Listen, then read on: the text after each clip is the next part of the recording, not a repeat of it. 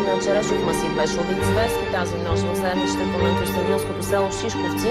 Той е бил нападнат от група роми, които го пребили до смърт. При инцидента пострадали още двама пазачи, мъж и жена. Те са настанени в болница с счупени крайници. Сигналът за екшена е подаден в полицията тази сутрин.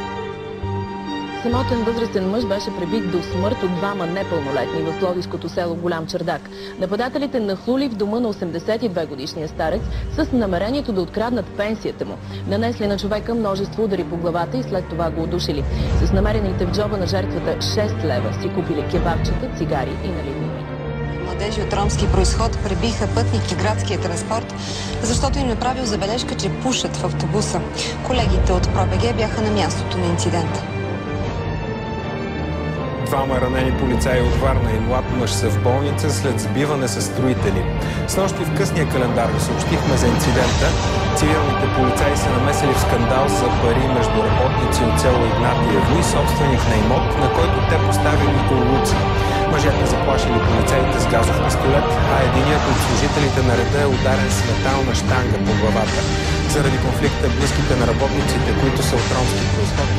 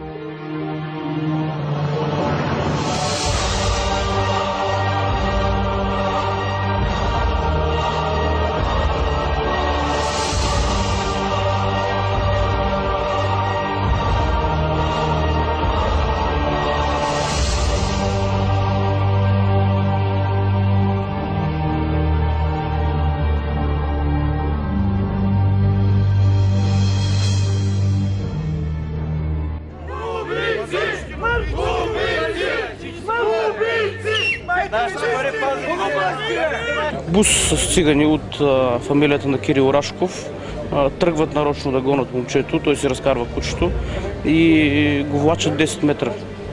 10 метра може да закарат, да снимате, там има кръв, по пътя за болницата момчето почива. Като имате предвид, че същия ден са подадени молба за заплаха справена от Цар Киро към това момче и към момчето от неговата компания за смъртна заплаха. От фамилията на Рашков? Да. Момчето се разкарвало кучето и са го бъснали нарочно с буса, са го пригазали и се избягали. Нощи те минаха през полицията, бе. Пригази 3 души полицаи.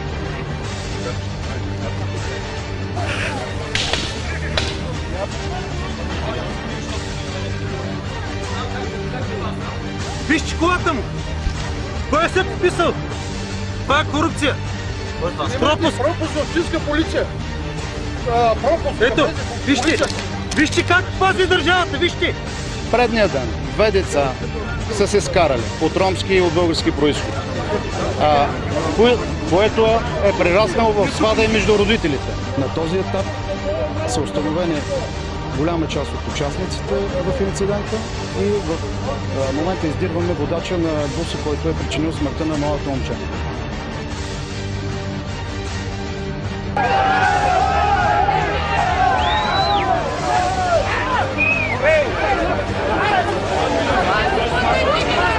И някой прибит има, и деца има прибит от Цар Киро, и на всички други са заканали много хора от селото. На Гиори сме били, такива сме били. Не може така всяко да вари през къра и да прави каквото се иска. Бил Цар Киро, колкото Цар Киро. Се е цар, той е цар на тяхните цигани. Не е цар на селото. Те мислят, че като имат пари и живота е тяхен. Как го мислят те? Да, те са господари на това село, толкова години берем дерт с тях. Искам Киро циган да го няма тук Рашко и да ги няма изобщо.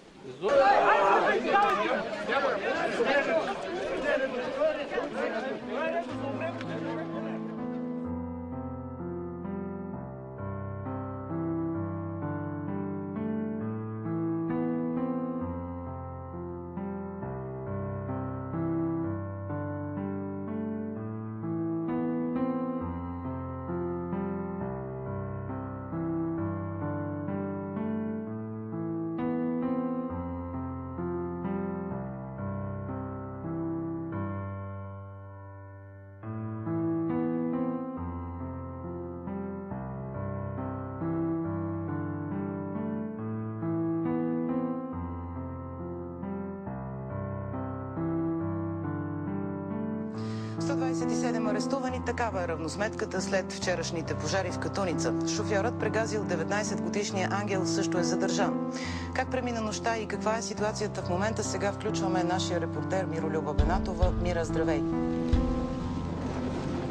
Здравей, Ирина! Намираме се в село Катуница пред две от опожарените къщи.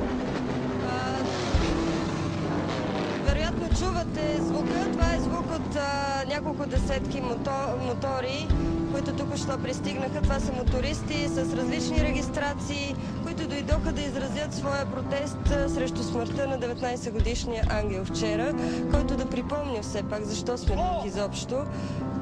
При една катастрофа, предизвикана от бус пълен с 6 души, близки до ромската фамилия на цар Киро, загива 19-годишния Ангел, който е близък на друга фамилия, която, знае се, от години има някаква вражда с цар Киро.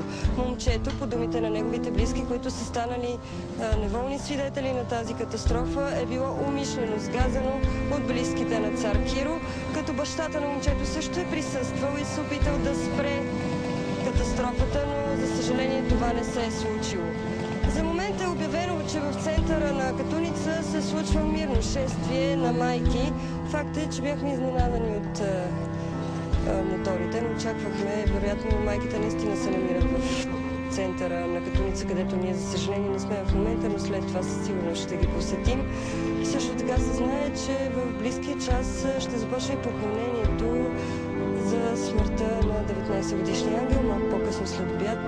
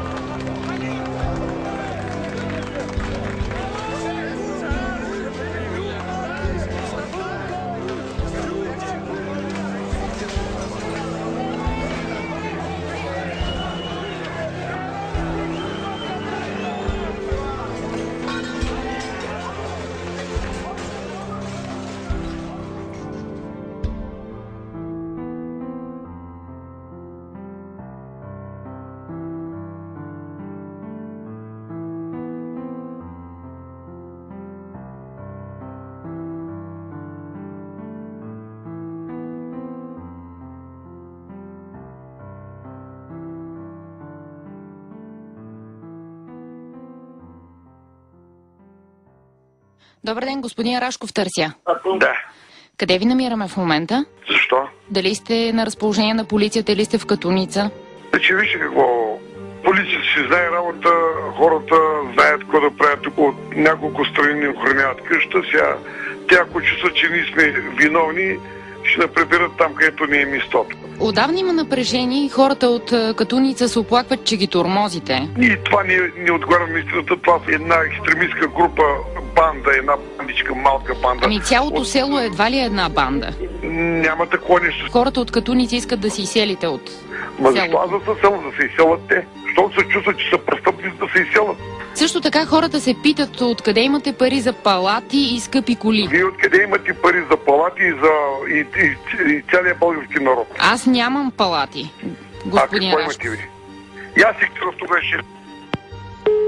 Кирил Рашков, известен като цар Киро, е роден през 1942 в Столипиново. Сблъсъкът му със закона датира от 1984 година. Арестуван е за притежание на злато и валута. От дома му тогава са иззети над 2 милиона лева. В зората на демокрацията регистрира първата си фирма за алкохол. Заводът е край село Катуница. 4 години по-късно отново попада зад решетките за производство на фалшив алкохол. През 1998 основава партия Свободна България, чиято цел е да вкара ромите в политиката и икономиката. Само преди 2 години митничари се натъкват на негов нелегален цех за дестилиране на етилов алкохол. Щетите за държавата бяха близо половин милион лева. Тогава Рашков обяви, че е натопен. Да, имаме меласа, да. Имаме, меласа не е предмет на престъпление. Но аз няма да се обяснявам сега. Ма не работи колоната, те лъжат. През годините Рашков има сблъсъци не само с закона, но и с медиите. Точно преди година той държа в плен няколко часа пловдивския журналист Емил Кацаров, който подготвяше разследване за имотите на фамилията. И той така доста гневно ми заяви, че момче, ти от тази кола няма да излезеш, докато не ми дадеш касетите.